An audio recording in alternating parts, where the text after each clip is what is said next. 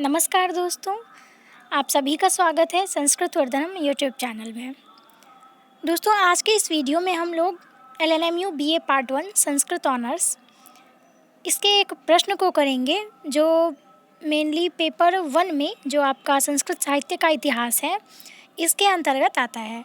तो आप सभी जानते हैं कि संस्कृत साहित्य के इतिहास में आपको जो भी कॉमन टॉपिक्स हैं जैसे कि महाकाव्य, नाटक, गद्य काव्य, गीति काव्य, इसके अंतर्गत महाकाव्य के अंतर्गत रामायण, महाभारत, ये सब सिलेबस में है। ठीक है, तो बहुत सारे टॉपिक्स को हमने पढ़ लिया है जैसे कि रामायण, महाभारत, महाकाव्य, नाटक। ठीक है, तो इसी के अंतर्गत नाटक के अंतर्गत एक बहुत ही महत्वपूर्ण प्रश्न है जो कि आप देख रहे होंगे कि यहाँ पे प्रश्न है काव्येषु नाटकं रम्यम।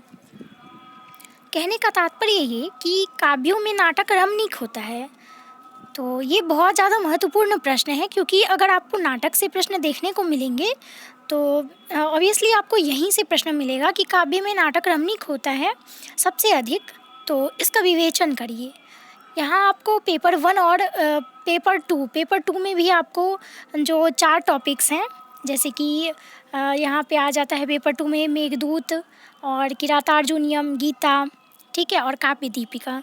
तो इन चारों टॉपिक में आपको पेपर 2 में है पढ़ना है और पेपर 1 में संस्कृत साहित्य का इतिहास और एक ग्रामर का पार्ट है जो 50 मार्क्स का।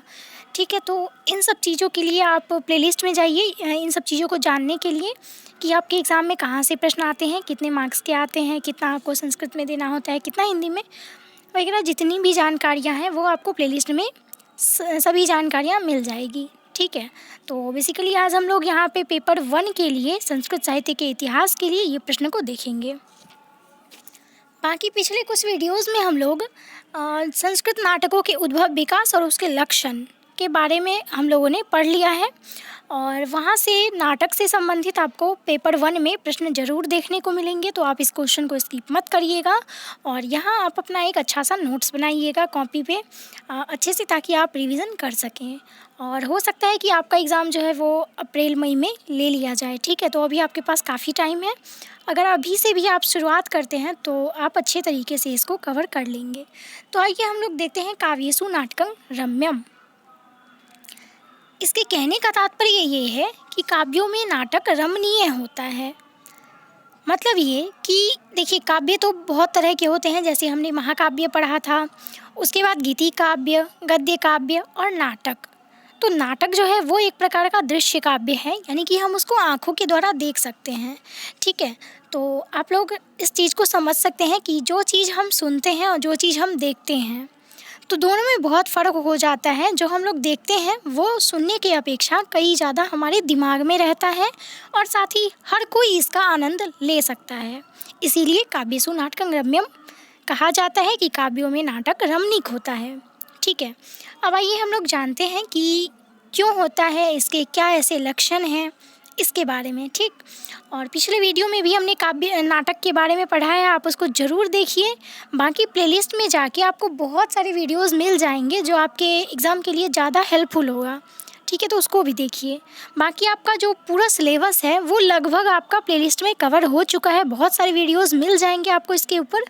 ठीक है, तो उसको देखिए अच्छे से और यहाँ से करके आप ज़रूर दोनों पेपर में 80+ मार्क्स ला सकते हैं। ठीक है, तो आइए हम लोग इस क्वेश्चन को देखते हैं इसमें क्या सब कहा गया है। तो देखिए, यहाँ पे है काव्येषु नाटकं रम्यम और एक क्वेश्चन है उत्तर रामचरिते तु भवभूतेर विशेष्यते। तो यहाँ पे आज हम लोग काव्येषु नाटकं रम्यम को करते हैं। देखिए, नाट्य शास्त्र की मान्यता के अनुसार देवताओं ने ब्रह्मा से यह निवेदन किया था कि हम कोई ऐसा खेल चाहते हैं जो दृश्य काव्य हो। ठीक है, तो ये एक मान्यता के अनुसार है कि देवताओं ने कहा था कि क्रीडन कियम इच्छामो दृश्यं श्रव्यं च यद भवेत। ठीक है, मतलब कि देवताओं ने कहा था कि हे ब्रह्मदेव, कोई ऐसा मतलब कि चीज़ हो, ठीक है, जिसमें हम लोग उसको देख सकें। जैसे कि काव्य को हम लोग सिर्फ सुन सकते हैं, तो देवताओं ने कहा था कि कोई ऐसा खेल हमें चाहिए, आप हमें कोई ऐसा खेल प्रदान करें जो दृश्य काव्य हो, जिसको हम लोग आँखों के द्वारा देख पाएँ, ठीक है, हर कोई उसका आनंद ले सके।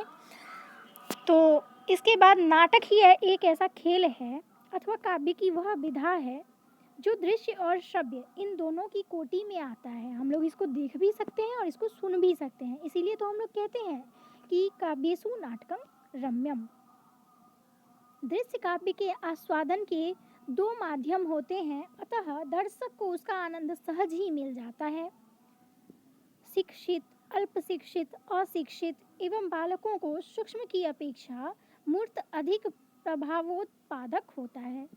कहने का मतलब ये कि कोई भी वर्ण का हो या फिर किसी भी तरह का व्यक्ति हो, यानी कि अगर वो शिक्षित है, नहीं शिक्षित है, अल्प विकसित है, बालक है, फिर भी वह नाटक का जो है वो मतलब कि उसका आनंद ले सकता है, उसको देख सकता है, सुन सकता है, ठीक है। उसके बाद है कि अतः दृश्य काव्य का महत्व स्वयं सिद्ध है। श्री बलदेव उपाध्याय ने काव्य की विधाओं में सर्वाधिक महत्व नाटकों को दिया है। इस तथ्य का प्रतिपादन करते हुए लिखा है कि काव्य की अभिव्यक्ति अपेक्षा नाटक का मनोहर अभिनय देखकर असीम अलौकिक आनंद की उपलब्धि करते हैं।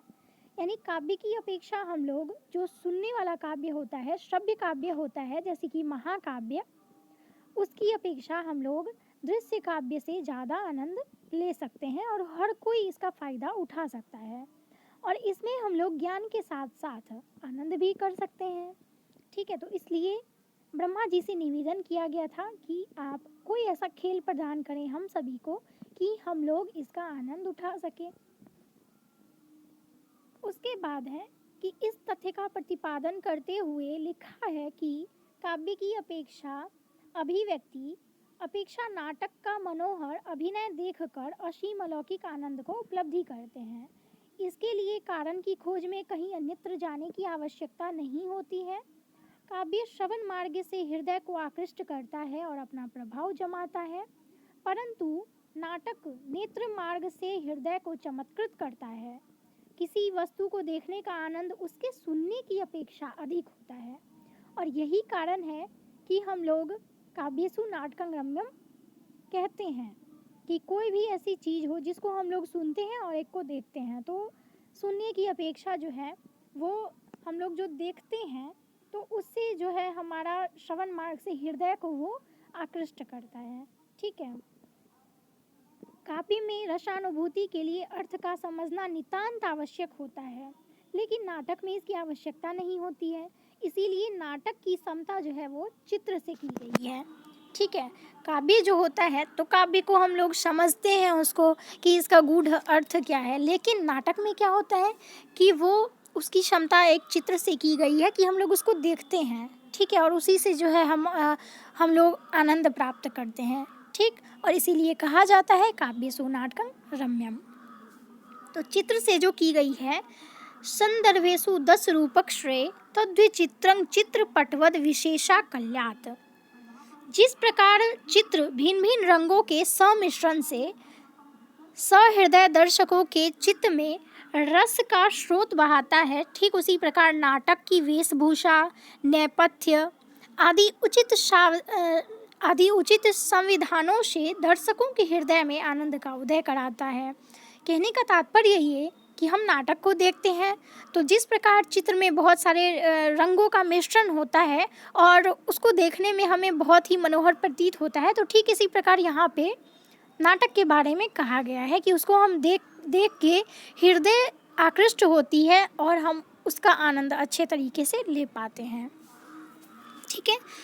इसके बाद संस्कृत के प्रसिद्ध आलंकारिक वामन ने इसीलिए काव्यों में रूपक को विशेष महत्व प्रदान किया है। वैसे हर एक कवि, ठीक है, जितने कवि हैं और जितनी प्राचीन मान्यताएं हैं, इसके अनुसार काव्येषु नाटकं रम्यम है, अर्थात काव्यों में नाटक रमणीय है, हर एक कवि इसको मानते हैं।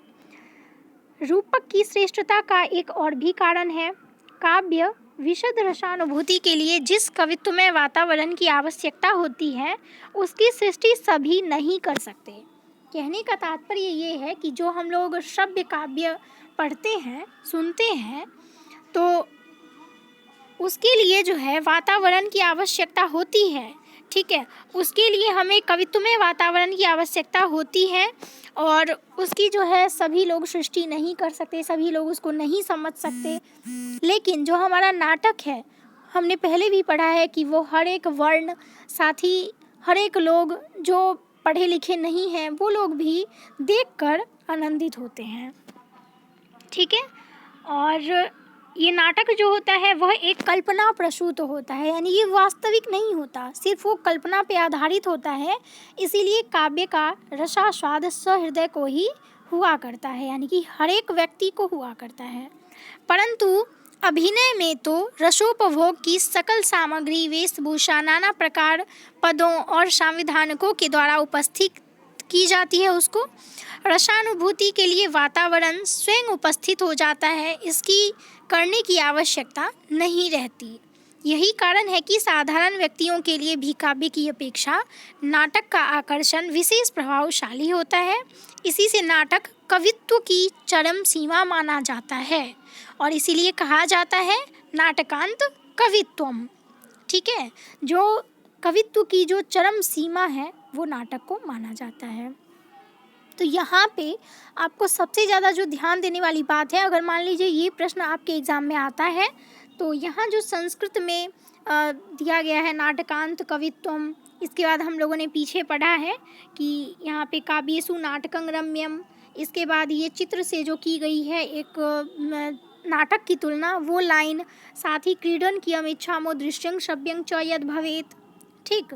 तो इन सब लाइन को आप ज़रूर याद रखिए और एग्ज़ाम में जाके आपको इसको लिखना है, ठीक है। तो इसको क्या करना है कि एक लाइन छोड़ के और उसको इस जो संस्कृत में जो ये लाइन है इसको लिख देना है और उसको अंडरलाइन कर देना है, ताकि जो एग्ज़ामिनर हो उसको साफ साफ वो दिख सके जो आपने संस्कृत में लिखा है। क्योंकि कोई भी प्रश्न बनाते हैं संस्कृत में तो भले ही उसको हम लोग हिंदी में एक्सप्लेन करते हैं, लेकिन संस्कृत में श्लोक रहना बहुत ज़रूरी है, ठीक है। तो इसको आप ज़रूर याद रखिएगा। आइए नेक्स्ट, नाटककार भवभूति ने श्रेष्ठ नाटक का लक्षण मालती माधव में लिखते हुए बताया है। भवभूति जो है वो एक नाटककार हैं और इनका जो ये नाटक है मालती माधव, इसको याद रखिएगा। मालती माधव में उन्होंने बतलाया है कि विभिन्न रसों का प्रचुर और प्रगाढ़ प्रयोग, सौहार्दपूर्ण हृदयकारी क्रियाकलापों का अभिनय, पराक्रम और प्रणय का चित्रण, विचित्र कथा वस्तु तथा विदग्धतापूर्ण संवादों से युक्त ही उत्कृष्ट कोटि के माने जाते हैं। यहाँ पे नाटक के लिए कहा गया है जो कि मालती माधव में कवि भवभूति ने कहा है, ठीक है। नाटक में रस, अभिनय, कथावस्तु, संवाद, गीत, नृत्य आदि का आनंद एक स्थान पर ही मिल जाता है। ये बहुत ज़्यादा इम्पोर्टेंट पॉइंट है कि नाटक में आपको हर चीज़ एक जगह पे मिल जाएगा। अतः काव्य में नाटक की विधा एक महत्वपूर्ण विधा है, ठीक। नाटक बच्चों से लेकर वृद्धों को आनंद प्रदान करता है। नाटक में मानव जीवन की किसी भी अवस्था एवं भाव का अनुकरण हो सकता है। जहाँ मानव की वाणी मौन हो जाती है, उन भावों को भी नाटक में अभिनय के द्वारा प्रदर्शित किया जा सकता है। नाटक में नृत्य, संगीत आदि से युक्त विभावादि का प्रदर्शन होता है और इसीलिए कहा जाता है नाट्यं गीतादि रंजिम। ये किसने कहा है? तो ये महिम भट्ट ने कहा है, ठीक है। तो इस प्रकार से इन सभी पॉइंट को याद रखिएगा कि नाटक की विशेषताएं कौन सी है और क्यों इनको हम लोग काव्येषु नाटकं रम्यम कहते हैं। काव्येषु नाटकं रम्यम, इसके कहने के क्या कारण हैं, क्यों हम इसको कहते हैं, ठीक है। तो ये सारे जितने पॉइंट अभी हमने पढ़े हैं वो सभी इसको प्रदर्शित करता है कि उपयुक्त इन सभी कारणों से, क्योंकि यहाँ पे नाटक जो है हम सभी को आकर्षित करता है, चाहे वो कोई भी हो, अल्प विकसित हो, अल्प शिक्षित हो, शिक्षित नहीं हो, वृद्ध हो, बच्चा हो, हर कोई नाटक से आनंद लेता है और उससे सीखता है, ठीक है। भले ही वो क्या होता है, एक कल्पना पे प्रसूत होता है, वो कल्पना पे आधारित होता है।